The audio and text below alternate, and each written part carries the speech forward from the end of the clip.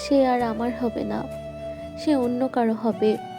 এইমাত্র দুটো কথা এমনভাবে আমার মস্তিষ্কে গেঁথে গেছে, যেন পৃথিবীর সবচেয়ে বিশাল পাহাড়টা আমার বুকের ওপর চেপে বসে আছে।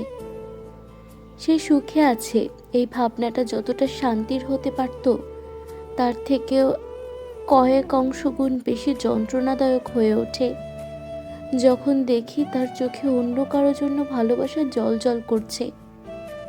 আমি হাজারবার নিজেকে বোঝাতে চেয়েছি, ভালোবাসলে যদি সত্যি মুক্তি দিতে হয় তবে সেটাই করো, কিন্তু কোনোভাবেই পারিনি সেই মুক্তি শব্দটা হৃদয়ে গ্রহণ করতে।